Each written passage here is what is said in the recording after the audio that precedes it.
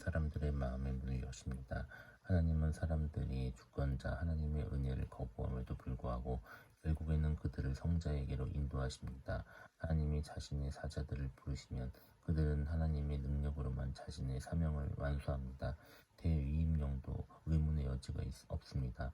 이 천국의 복음이 모든 민족에게 증언되기 위하여 온 세상에 전파되리니 그제야 끝이 오리라. 땅의 모든 끝이 여호와를 기억하고 돌아오며 모든 나라의 족속이 주의 앞에 예배하리니 나라는 여호와의 것이요 여호와는 모든 나라의 주제심이로다.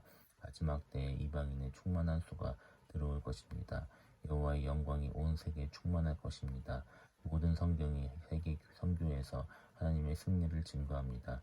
하나님은 약속하셨습니다. 하나님은 주권자이십니다. 하나님이 모든 사람의 심령을 다스리시며 친히 교회의 주인 되시기에 그분의 목적은 실패할 수 없습니다. 그러므로 대위임령을 교회에 주신 것은 모험이 아니었습니다. 당신이 제시한 다른 논지를 살펴보기 전에 모험의 정의를 다시 내려봅시다. 어떤 사람이 모험을 한다는 것은 그가 상처 입고 무언가를 잃을 수 있는 불확실성에 자신을 노출시킨다는 뜻입니다. 우리는 어떤 행동이 상처가 될 것을 알면서도 그 행동이 하기로 선택하면서 그것을 모험이라 부르지는 않습니다. 그런 행동은 바보 같은 짓이요 불필요한 희생입니다. 이처럼 모험은 불확실성을 내포하는 단어입니다. 어쩌면 잃을 수도 있고 어쩌면 잃지 않을 수도 있고 자신을 확신할 수 없는 것이죠. 도박도 같은 원리입니다. 주사위를 던지면서 결과를 이미 안다면 그것은 도박이 아니죠. 이익이 아니라면 손실만이 남는 것이 도박입니다. 그래서 도박의 핵심은 불확실한 모험이지요. 하지만 하나님은 그 어떤 것에 대해서도 불확실하지 않으십니다. 나는 하나님이라 나 외에 다른 이가 없느니라. 나는 하나님이라 나 같은 이가 없느니라.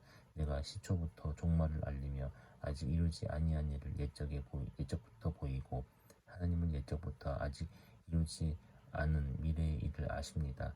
보라 전에 예언한 일이 이미 이루어졌느니라. 내가 새 일을 알리노라. 이 일이 시작되기도 전에라도 너희에게 이르노라. 하나님은 하나님의 계획이 어떻게 전개될지 다 아십니다. 그러므로 만약 하나님이 모험을 하신다고 말한다면 하나님이 어떻게 될지 모르는 불확실성 가운데 일들을 행하신다는 것이니 말이 되지 않지요.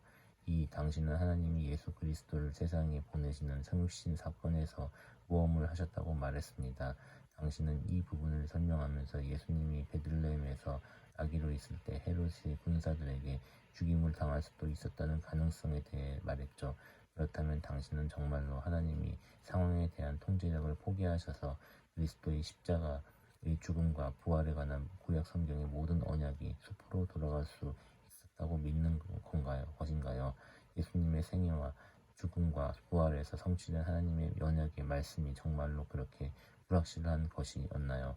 그러면 사도행전 2장 23절에 예수님이 모험으로가 아니라 하나님께서 정하신 뜻과 미리 아신 대로 넘겨져서 십자가에 달려 죽으셨다는 말씀은 뭐가 됩니까?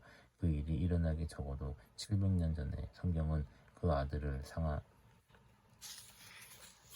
상하게 하신 것이 하나님의 분명한 의도와 의지였다고 말하는데 성신이 어떻게 모험이 될 수 있나요? 그 아들이 십자가에 못 박혀 죽는 것이 하나님의 계획이었다고 말씀하는데 어떻게 하나님이 그 아들을 세상에 보내신 것이 모험이 될 수 있나요? 그러므로 성육신은 모험이 아닌 그 아들이 분명히 계획된 대로 희생하신 것이라고 해야 합니다. 3. 우리의 개인적인 회심에도 동일한 원리를 적용할 수 있습니다. 사도행전 13장 48절은 말합니다. 이방인들이 듣고 기뻐하여 하나님의 말씀을 찬송하며 영생을 주시기로 작정하던 자는 다 믿더라. 하나님은 회심의 문제도 사람들의 손에 넘기지 않으십니다.